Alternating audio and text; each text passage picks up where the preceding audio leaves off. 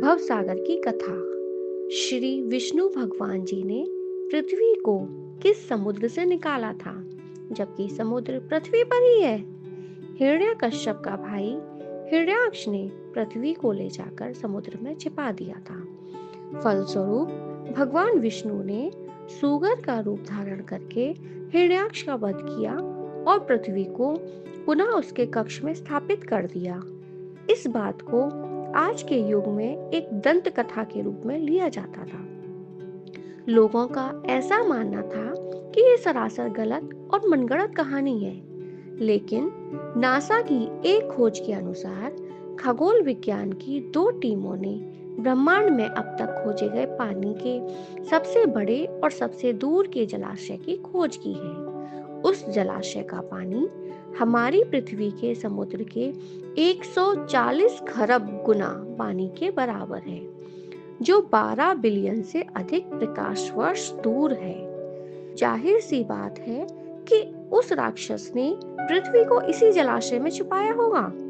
इसे आप भवसागर भी कह सकते हैं, क्योंकि हिंदू शास्त्र में भवसागर का वर्णन किया गया है। जब मैंने ये खबर पढ़ी तो मेरा भी भ्रम दूर हो गया। और अंत में मैं सिर्फ इतना ही कहना चाहूंगी कि जो इस ब्रह्मांड का रचयिता है, जिसकी मर्जी से ब्रह्मांड चलता है, उसकी शक्तियों की था लगाना एक तुच्छ मानव के वश की बात नहीं है।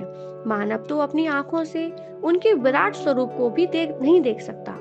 कुछ महान लोग, जिन्हें ये लगता है कि हमारा देश और यहाँ की सभ्यता गंवार है, जिन्हें लगता है कि नासा ने कह दिया तो सही ही होगा, जिन्हें ये लगता है कि भारत की सभ्यता, भारत का धर्म और ज्ञान विज्ञान सबसे पीछे है, उनके लिए मैं बता दूं कि सभ्यता, ज्ञान विज्ञान, धर्म, सम्मान भारत से ही शुरू हुआ है। अगर आपको इस पर भी सवाल करना है तो आप इतिहास खंगाल कर देखिए।